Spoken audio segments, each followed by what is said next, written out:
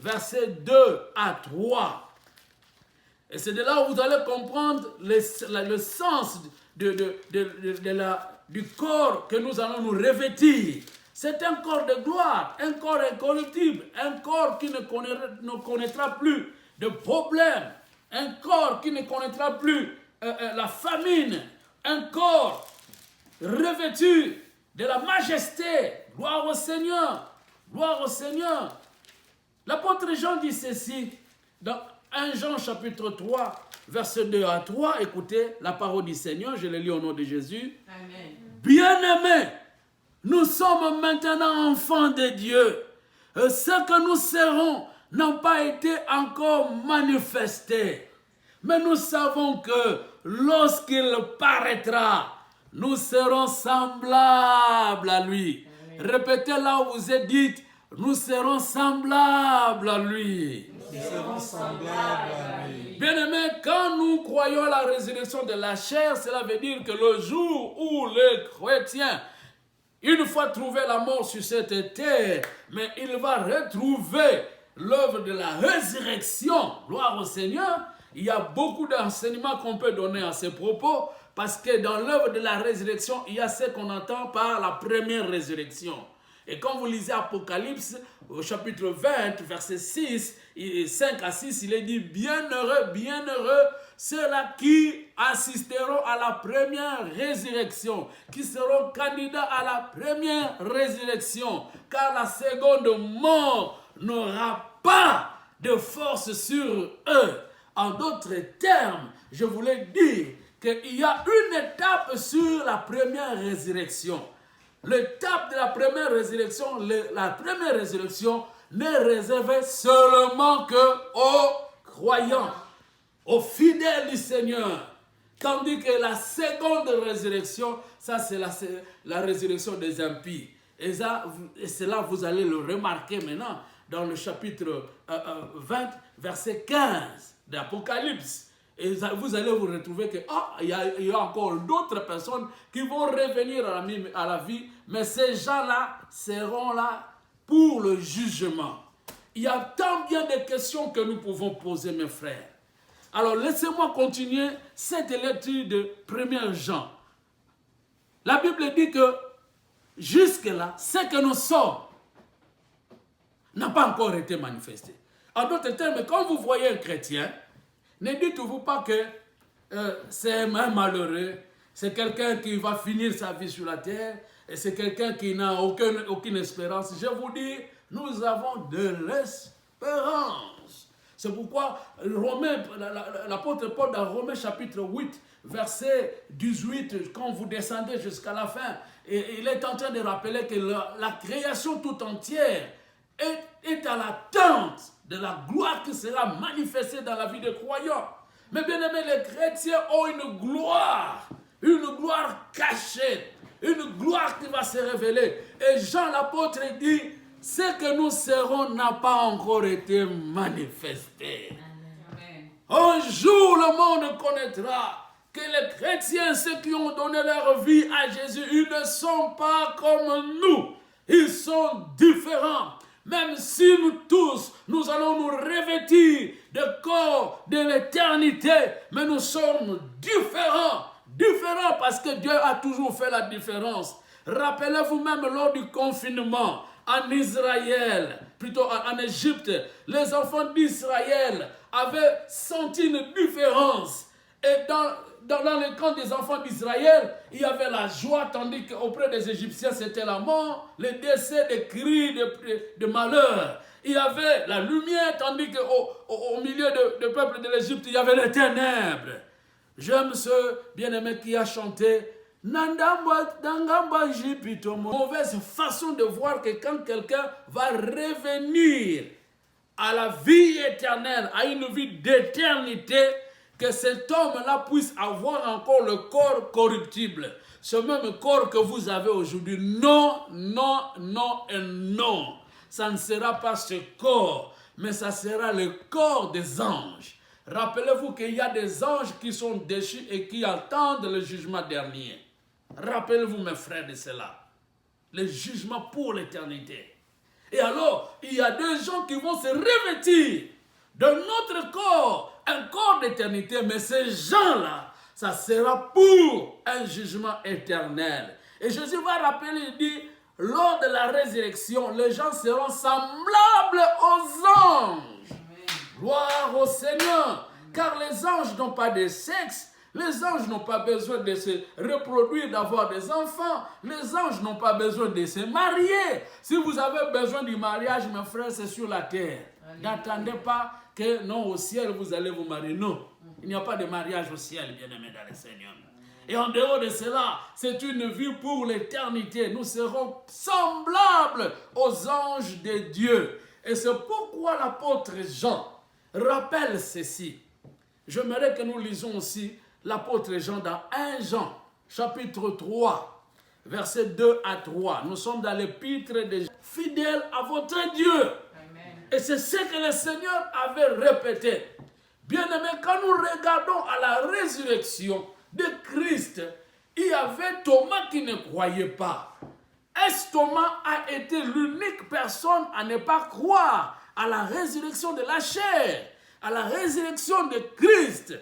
Je vous dis, bien-aimés, au temps même de Jésus, quand il était venu, il a trouvé des gens qui étaient séparés dans leur façon de croire. Je voulais rappeler qu'il y avait beaucoup de classes, mais les deux grandes classes, la première c'est la classe des Sadducéens, le parti des Sadducéens. Les Sadducéens, c'était aussi des gens qui pratiquaient le judaïsme, la religion auprès du peuple de Dieu. Mais ils différaient des pharisiens. Parce que la deuxième classe, c'est la classe des pharisiens. La plupart des souverains sacrificateurs qui arrivaient au poste de diriger le temple et de diriger le Sanhédrin, la plupart au cours de l'histoire venaient de la classe des Sadducéens. Mais tandis que les pharisiens, on leur avait reconnu sur leur radicalisme de la parole de Dieu. Ce sont des gens qui demeuraient et ils voulaient toujours rester dans la parole et défendre les Écritures. Et même nous allons rappeler que Paul, l'apôtre, à qui nous attribuons le mérite d'être l'apôtre aussi des gentils, c'est-à-dire l'apôtre des gens qui n'étaient pas des juifs. Je vous dis, l'apôtre Paul, dans sa formation, il était un pharisien. Il est dit même dans Philippiens, quant à la loi, moi, Paul, je fus pharisien. Alors je voulais rappeler que la doctrine chrétienne que nous avons aujourd'hui trouve ses racines dans le judaïsme pharisien. Et je voulais rappeler que la classe des Sadducéens ne croyait jamais à la résurrection. La résurrection de la chair, c'est-à-dire quelqu'un qui meurt, on l'enterre, qu'un jour il reviendra à la vie. Ils ne croyaient jamais à cela. Ils ne croyaient jamais à la vie de l'au-delà. Et ils ne croyaient même pas à l'existence des anges. Les Sadducéens. Mais tandis qu'alors je reviens, le pharisien, avant même l'arrivée de Christ, et il croyait à la résurrection de la chair. Ça se merveillait. Pasteur, ce que tu dis là, est-ce que c'est vérifiable? Oui. Comme je suis en train de vous enseigner, je vous demande de prendre Matthieu, chapitre 22. Nous allons prendre Matthieu, chapitre 22. À partir du verset 23, vous allez comprendre quelque chose d'important. Compte tenu du temps, c'est vrai, je ne sais pas si je serai à mesure, mais je dois quand même me débrouiller pour le lire rapidement pour vous. Matthieu chapitre 22, verset 23 à 30. Matthieu 22, verset 23 à 30. Gloire au Seigneur Jésus. Nous sommes à la page. La Bible nous dit ceci.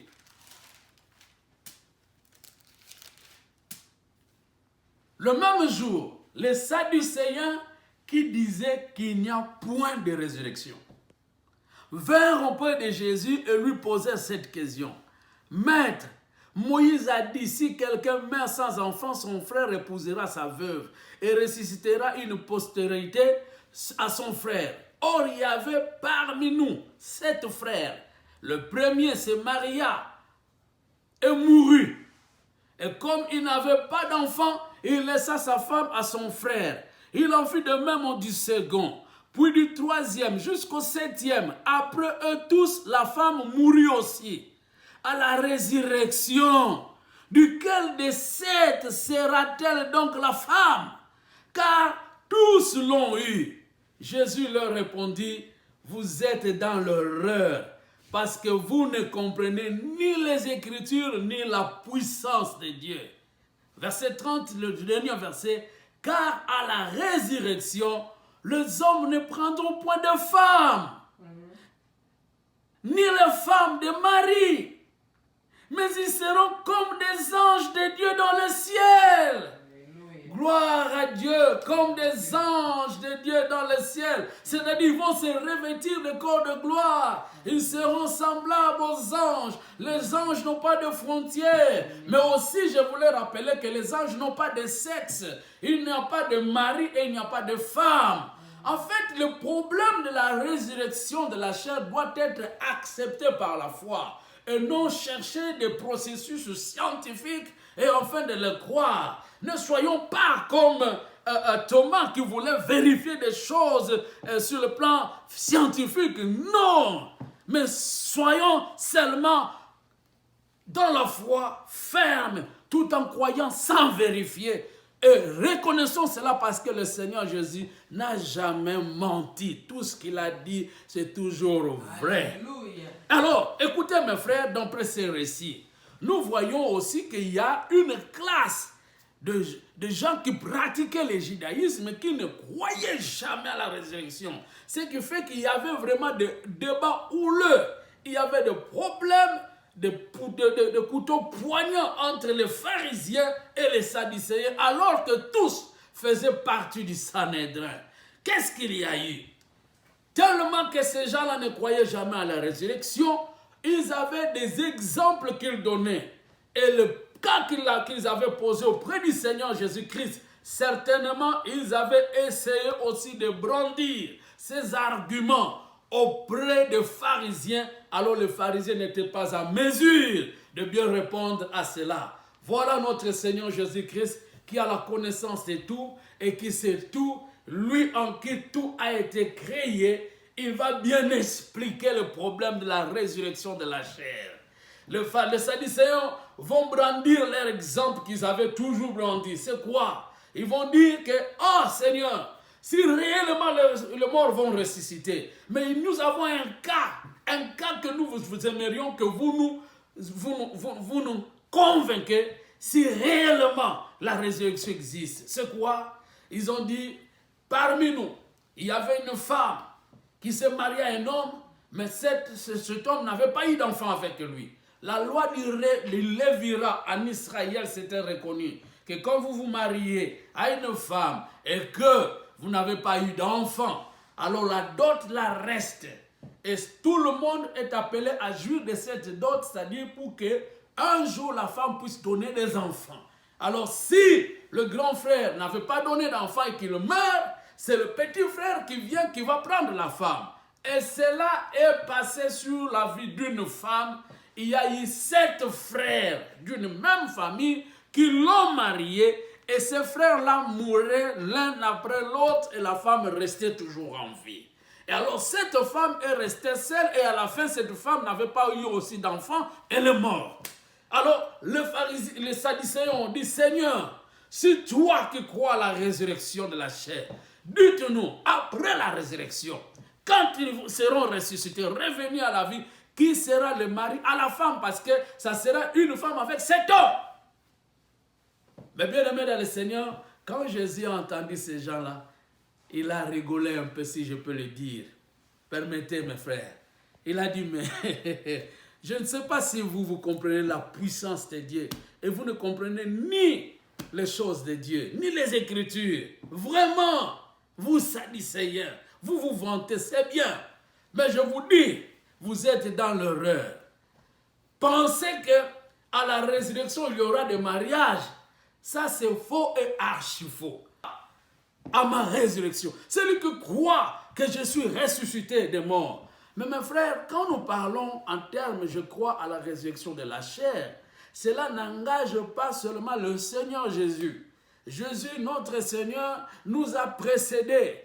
Il a été le premier, c'est-à-dire la première production, la première personne pour montrer qu'il y aura une suite de résurrection, de résurrection, de résurrection et de résurrection. Gloire au Seigneur. Croyons à cela. Gloire à Dieu. Bien-aimés, vous savez, ce message est tellement indispensable qu'il y a lieu de répondre à certaines questions. C'est très important. Par exemple, quand on parle de la résurrection de la chair, qu'est-ce que cela veut dire au juste? C'est revenir à la vie sur la terre pour vivre encore? Je vous dis non. Ce n'est pas ça. D'ailleurs, quand nous parlons de la résurrection de la chair par rapport à Christ, nous allons voir que quand Jésus était revenu à la vie, ce n'était plus pour demeurer sur cette terre. Il était prêt à partir. Ça, c'est très important. Cela veut dire que celui qui est revenu, en fait, qui est ressuscité dans sa chair, il aura l'occasion d'entrer dans l'au-delà, dans le monde de l'au-delà, pour entrer dans la présence de Dieu et dans l'éternité. Et voilà pourquoi je vous offre la définition que j'ai réservée pour ce qu'on entend par la résurrection de la chair. Qu'est-ce que la résurrection de la chair dont nous sommes en train de parler aujourd'hui? Ressusciter dans la chair veut dire revêtir le corps de gloire afin de vivre l'éternité. Bien-aimés, vous devez croire, nous les chrétiens, nous croyons qu'un jour, nous allons revenir, nous allons plutôt revêtir le corps de gloire afin d'entrer dans l'éternité. Le corps de gloire veut simplement dire un corps qui n'est pas comparable au corps de ce monde. Un corps incorruptible. Là, c'est la deuxième définition. C'est revêtir le corps incorruptible. Quand nous voyons incorruptible, c'est différent de corruptible. C'est-à-dire, quand nous voyons le mot corruption, ça veut dire que ça va comment faner, ça va connaître la pourriture. Mais ce corps-là ne connaîtra jamais la pourriture. Et c'est ce que même notre patriarche, j'aimerais rappeler, David qui disait que le Seigneur ne permettra pas à ce que mon corps voie la corruption. En d'autres termes, il ne permettra pas à ce que mon corps puisse mourir. Bien-aimé, quand on parle du corps de gloire, le corps incorruptible, c'est le corps en question, le corps spirituel qui va entrer dans l'éternité. Et ce corps n'est pas comparable au corps physique que nous avons. Ce corps-là n'a pas de frontières. Ce corps-là n'aura pas de limites. Et c'est pour l'éternité. Le Seigneur Jésus-Christ, quand il était revenu à la vie, il s'est montré aux apôtres et ensuite il est monté au ciel. Je vous dis, c'est de la même façon qu'il reviendra alors dans la gloire. Amen. Et c'est de là où je vais dire que c'est différent quand quelqu'un qui était mort de notre temps ici, il est mort et que vous priez pour lui, il est revenu à la vie. Donc il n'est pas ressuscité dans ce corps-là de gloire. Il est revenu seulement dans le corps terrestre, il est encore là en vie. Ces cas-là, nous pouvons le remarquer dans la Bible. Dans l'Ancien Testament, il y en a plusieurs. Le cas de la fille, du fils plutôt, de la veuve de Sarepta, que Élie avait ressuscité. Mais vous allez constater que ce fils-là a fini par mourir. Même le cas du fils de la veuve de Sunamite. Ce garçon-là a fini par mourir un jour. On peut parler même du cadavre qui était ressuscité quand il avait touché les ossements d'Élisée. Alors, nous voyons la personne était ressuscitée, mais cet homme-là a fini toujours par mourir. Et quand nous sommes dans le Nouveau Testament, on peut parler le cas même de la fille de Jairus. Cette fille-là de 12 ans qui avait été ramenée à la vie, même si elle avait grandi et qu'elle s'est mariée, qu'elle a donné naissance aux enfants, mais du moins, cette fille-là n'existe plus sur la terre, elle a fini toujours par mourir. Et quand nous regardons même le fils de la veuve de Naïn, cette veuve-là qui était, à qui Jésus-Christ avait récompensé de ressusciter son fils, qui était l'unique pour elle. Mais ce fils-là a fini toujours par mourir. Le cas même typique aussi de Lazare. Après 4 jours, plutôt le 4e jour de sa mort, bien aimé, on l'avait déjà enterré. Mais ce Lazare, je vous dis, ne vit plus jusqu'aujourd'hui sur la terre. Alors, qu'est-ce que je voulais dire? Que quand nous parlons de la résurrection de la chair comme notre foi, notre croyance, nous regardons juste le monde de l'au-delà, c'est-à-dire pour dire qu'après la vie terrestre que nous avons, alors nous aurons à revêtir un corps de gloire, un corps incorruptible qui ne connaîtra plus la mort, un corps spirituel, un corps, si je le dis, même céleste, un corps où même nous allons voir qu'il n'a pas de frontières. Mais malheureusement, quand je dis malheureusement, il y a de ceux-là qui voient que ça sera seulement les chrétiens qui seront ressuscités, les chrétiens seulement qui auront une vie de l'éternité. Non, non, bien-aimés. Depuis l'Ancien Testament jusqu'au Nouveau, nous allons voir qu'il y a des passages qui nous prouvent, qui nous montrent que et les croyants et les non-croyants, tous seront ressuscités. Ils vont reprendre un autre corps, un corps pour l'éternité, mais ceux-là qui ont servi le Seigneur seront dans la gloire, dans la félicité éternelle. Mais ceux-là qui n'avaient pas servi le Seigneur, ils seront dans les châtiments, dans le tourment éternel avec un autre corps qu'ils vont avoir. Oh pasteur, qu'est-ce que tu dis là? Est-ce que cela est vrai? Oui. Nous sommes dans Daniel. Dans Daniel chapitre 12, verset 2. Daniel chapitre 12, verset 2. Vous allez voir que Daniel a dit qu'à la fin des temps, ceux qui auront fait du bien ressusciteront pour la vie éternelle. Mais ceux qui auront causé ou fait du mal, ceux-là ressusciteront pour le châtiment éternel. Et Jésus notre Seigneur, dans Jean chapitre 5,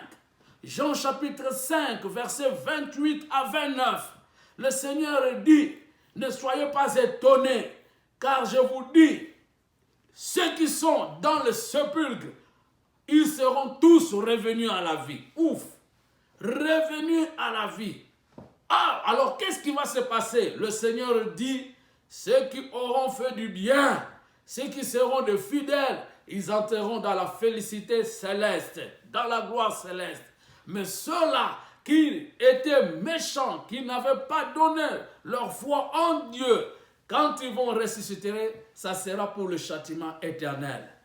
Permettez que je vous dise, peuple de Dieu, après cette vie terrestre que nous avons, il y a une autre vie qui nous attend. Amen. Vous qui êtes là, sachez-le que le corps que vous portez aujourd'hui, c'est un corps qui est considéré comme une tente, c'est-à-dire c'est pour un temps. Mais votre vie réelle, un jour, va se vêtir d'un corps et alors vous allez subir le châtiment si vous n'êtes pas avec le Père, mais vous serez dans la félicité céleste, dans la joie céleste. Et la Bible dit d'ailleurs que quand il est entré, les portes étaient fermées, toutes fermées, mais il est entré. C'est de là où nous comprenons, quand on parle de la résurrection de la chair, c'est-à-dire, là je vous donnerai même aussi la définition du sujet pour comprendre bien qu'est-ce que cela veut dire, la résurrection de la chair. Alors Jésus-Christ, notre Seigneur, qui est revenu à la vie, il n'avait plus de frontières.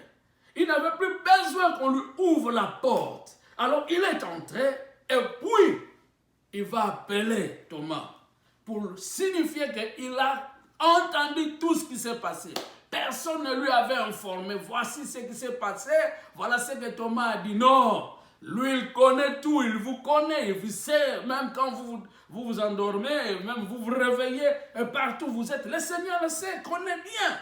Alors il va poser la question à Thomas. Thomas, viens. Il répète les mêmes paroles qu'il avait dites. Approche-toi, mets ton doigt sur mes mains, là où on avait mis des clous. Approche-toi, mets la main et le doigt sur le côté où on avait percé.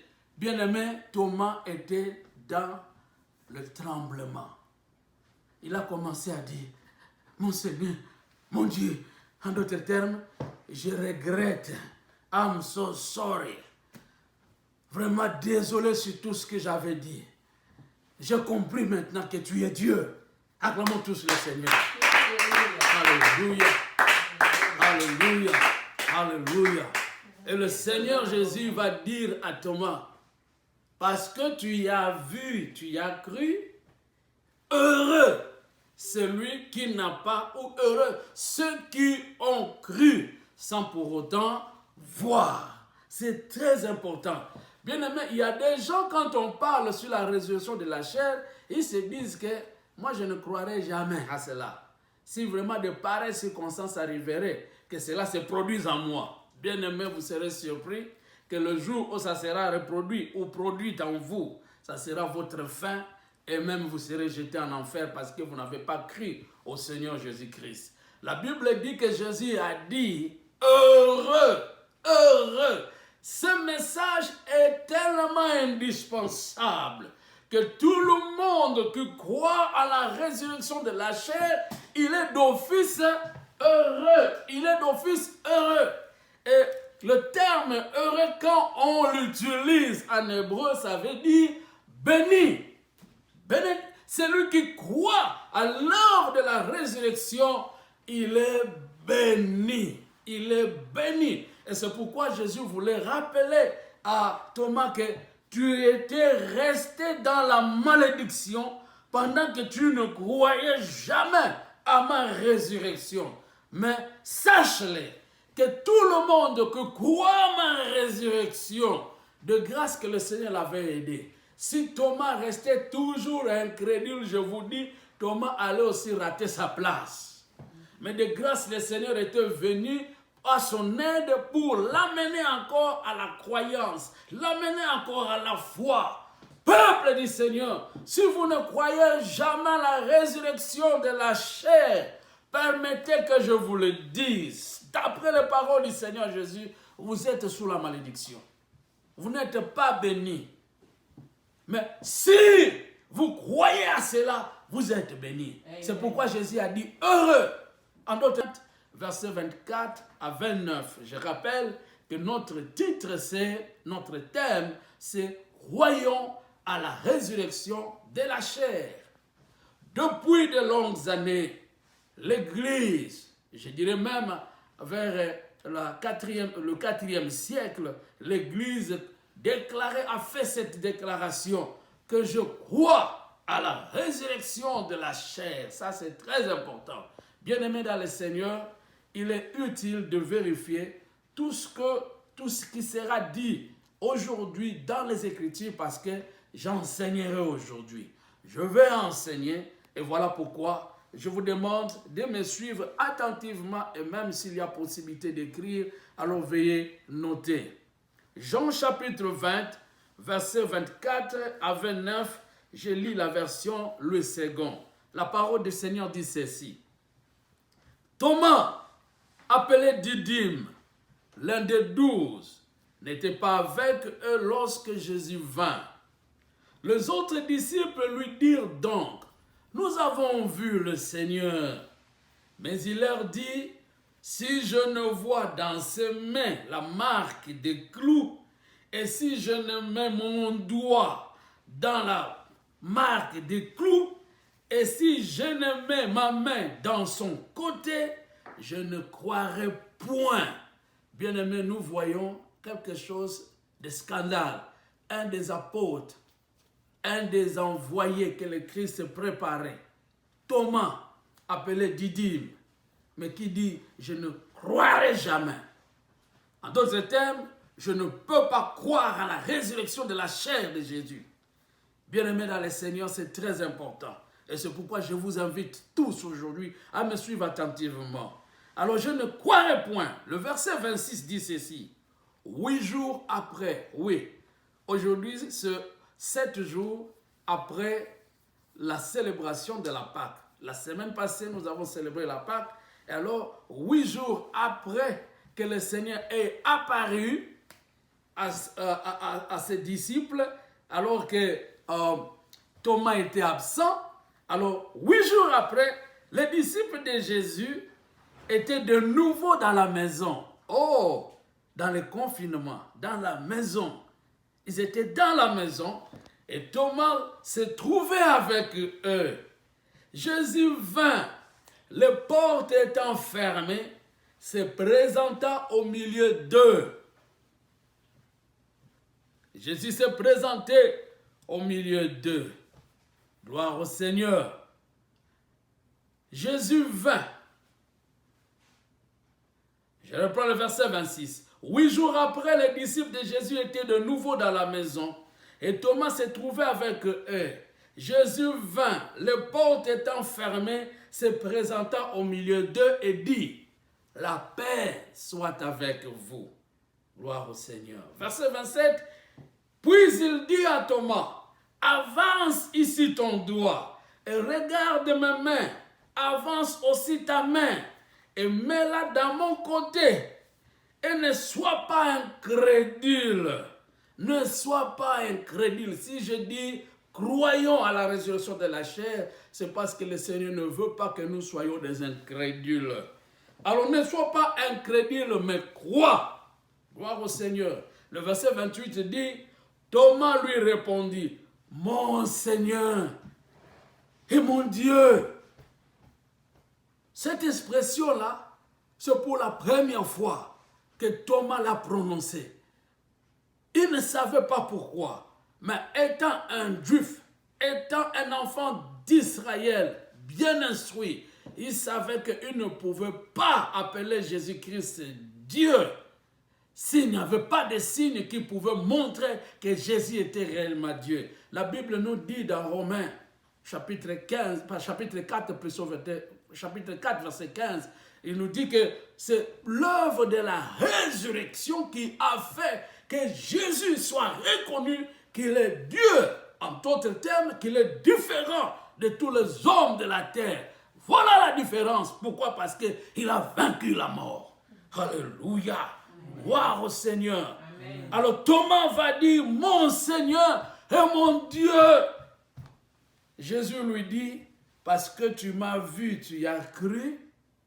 Heureux ceux qui n'ont pas vu et qui ont cru. Gloire au Seigneur. Acclamez le Seigneur. Nous puissons là où vous êtes. Nous voyons depuis le début de cette lecture jusqu'à la fin, il y a le verbe croire qui revient souvent, ou même le mot croyance. Donc, c'est de là où nous tirons notre message parce que nous ne voulons pas être comme Thomas qui était au début, mais il a été surpris et il a compris. La Bible dit que Thomas n'était pas avec ses frères. Où est-ce qu'il était parti? Ça, c'est l'un des problèmes que nous avons même au sein des églises, ou même de nos assemblées, ou même dans la famille. Quand nous sommes en train de traiter une affaire, il faut que tout le monde soit là. Les absents sont toujours ceux-là qui ont causé de tort. Quand il y a quelque chose qui a été libéré, quelque chose qui a été traité, la personne qui n'était pas là, qui était absente, dès qu'elle est là, il ne croit pas ce que nous avons décidé. Il voit tout le monde comme si il ne connaît rien, c'est seulement lui qui connaît tout. Bien-aimé, c'est ça le problème qui apporte même l'hérésie. Les gens qui ne partagent pas la même foi avec nous, quand nous sommes ensemble, et dès qu'ils viennent de loin, en fait, ils viennent d'une autre part, quand ils vont s'assembler à nous, ils n'étaient pas là quand on discutait sur une affaire, ou même on traitait, on a prié des résolutions, des décisions, l'homme veut changer la décision. Voilà que notre bien-aimé, qui n'était pas dans le confinement vraiment total, il était loin, il était absent. Quand Jésus est apparu, aux autres apôtres, aux disciples, parce que quand je mentionne les disciples, il y avait les apôtres, mais il y avait aussi d'autres personnes telles que les femmes, gloire au Seigneur, qui n'étaient pas comptées parmi les apôtres. Mais nous reconnaissons qu'il y avait aussi d'autres personnes qui étaient là, qui n'étaient même pas des femmes aussi. Alors la Bible dit que quand il leur apparut, Thomas n'était pas là. Et quand Thomas va revenir, on va lui dire, Thomas, le Seigneur est ressuscité. Il était avec nous. Et quand vous suivez bien, vous allez constater que Jésus même avait soufflé sur eux. Il a dit, recevez l'Esprit. Alors mes frères, Thomas, qui n'était pas là, il a dit, je ne croirai point si moi je ne le vois pas, surtout si je ne vois pas les marques des clous sur ses mains, si je ne vois pas les marques des clous sur ses pieds, c'est vrai tout, vous savez, sur le pied de Christ, même sur les mains, on avait mis le clou, et si je ne touche pas, je n'avance pas ma main pour toucher le côté droit où on l'avait percé, si je ne vois pas ça, si moi-même je ne teste pas, alors je ne croirai point. Le Seigneur nous connaît, bien-aimés dans le Seigneur. De grâce, notre Dieu est vivant. Il nous connaît et il sait quand des choses se passent. Amen. Et la Bible dit qu'ils étaient là 8 jours après qu'il ait apparu à ses disciples pour la première fois. Alors, pour la deuxième fois, le Seigneur va apparaître. Cette fois-là, Thomas était présent. Et quand le Seigneur se présente, il dit, la paix soit avec vous. Bien-aimés dans le Seigneur, je vous en prie. C'est vrai que nous sommes dans le confinement, mais Seigneur, tu aimes de pareilles circonstances dans le but de nous parler. Tu as toujours pris, Seigneur, tes enfants, tes serviteurs, Seigneur, dans le confinement, être, Seigneur, à côté et être ensemble avec toi pour leur parler. Et Seigneur, lorsque le Saint-Esprit puisse élever encore davantage le nom de Jésus-Christ pour ce message qui sera prêché. C'est dans le nom de notre Seigneur et Sauveur Jésus-Christ que nous avons ainsi prié. Ensemble, nous disons Amen. Amen. Amen, amen, amen. Acclamez le Seigneur là où vous êtes. Gloire au Seigneur. Gloire au Seigneur. Bien-aimés, ce qui est important est que nous avons le souffle de vie. Ce qui est important est que le Seigneur nous accorde l'occasion d'être encore là, de vivre, de survivre pour écouter sa parole. On était du nombre de ceux-là qui étaient des cadavres. Je voulais rappeler que quand nous dormons, nous sommes des cadavres parce que nous ne savons pas qu'est-ce qui se passe tout autour de nous. Et le matin, ou peut-être quand vous dormez, parce qu'il y a certaines personnes qui ne dorment pas la nuit, c'est-à-dire ils travaillent la nuit, mais ils se réveillent la journée. Alors, quand vous vous réveillez, vous êtes surpris de comprendre que vous êtes toujours en vie. Gloire au Seigneur.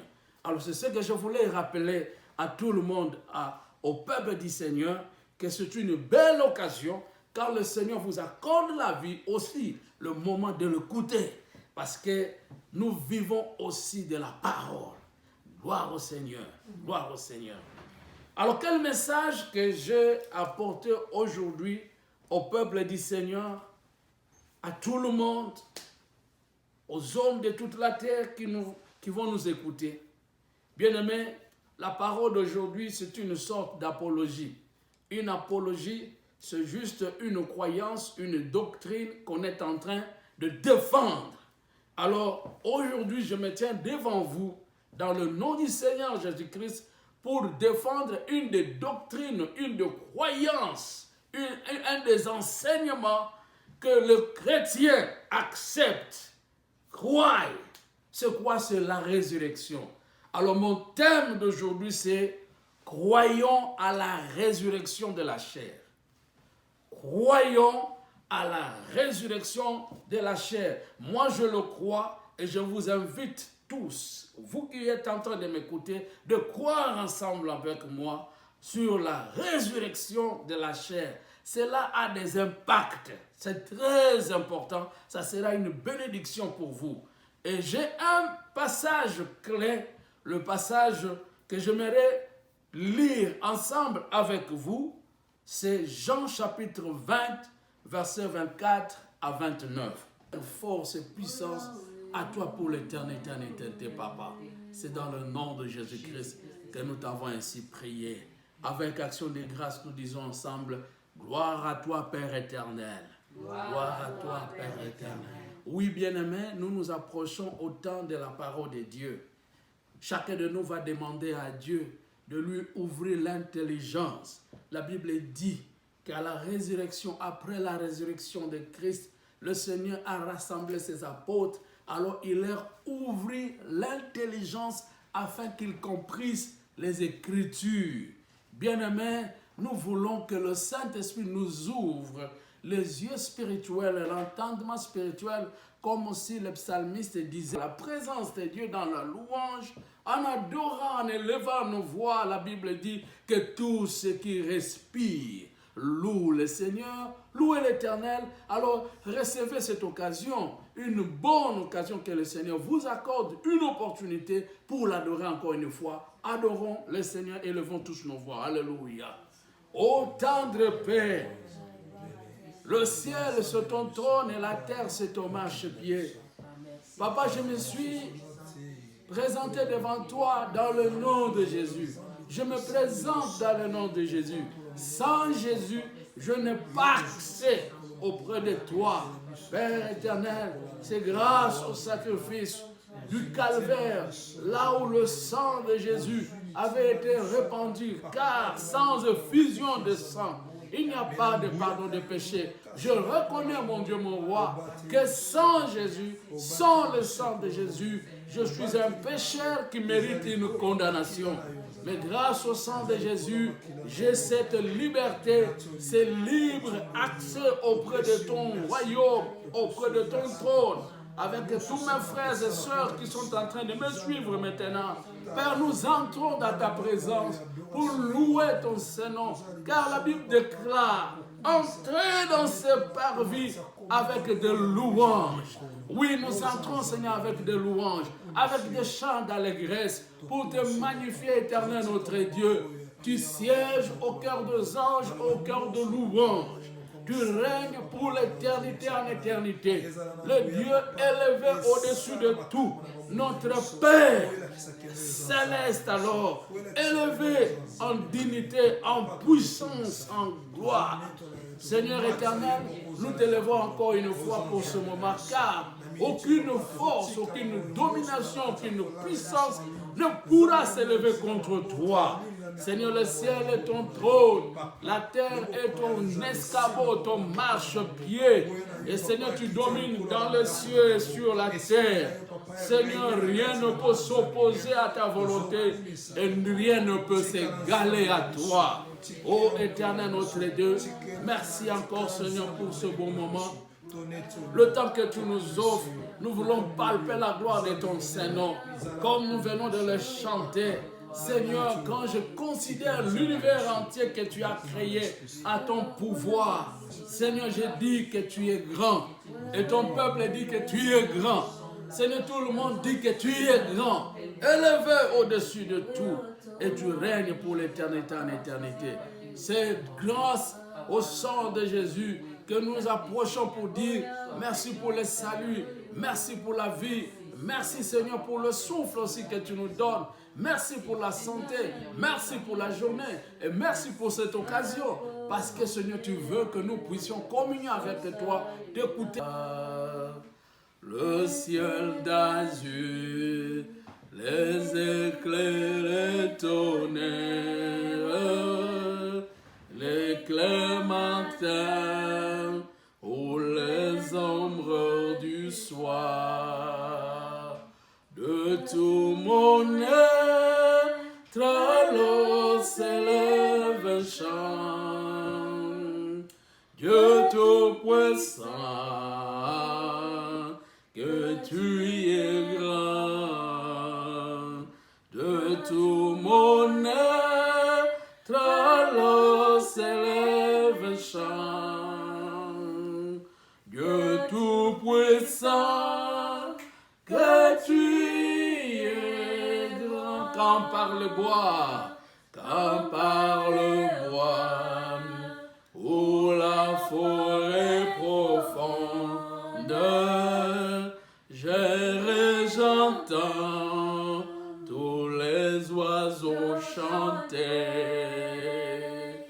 quand sur le mont, la source avec son onde, livre aux fiers, son chant doux et léger. Oh mon cœur heureux, et dit la nuit, le jour, que tu es bon, oh Dieu d'amour, oh Dieu d'amour, mon cœur heureux, et dit la nuit, le jour, que tu es bon, oh Dieu d'amour. Mais quand je songe au sublime mystère qu'un Dieu si grand peut penser à moi, que son cher fils est devenu mon frère, que je suis le gritier des grands. Alors mon cœur s'écrie à chaque instant que tu es grand, ô Dieu d'amour. Alors mon cœur s'écrie à chaque instant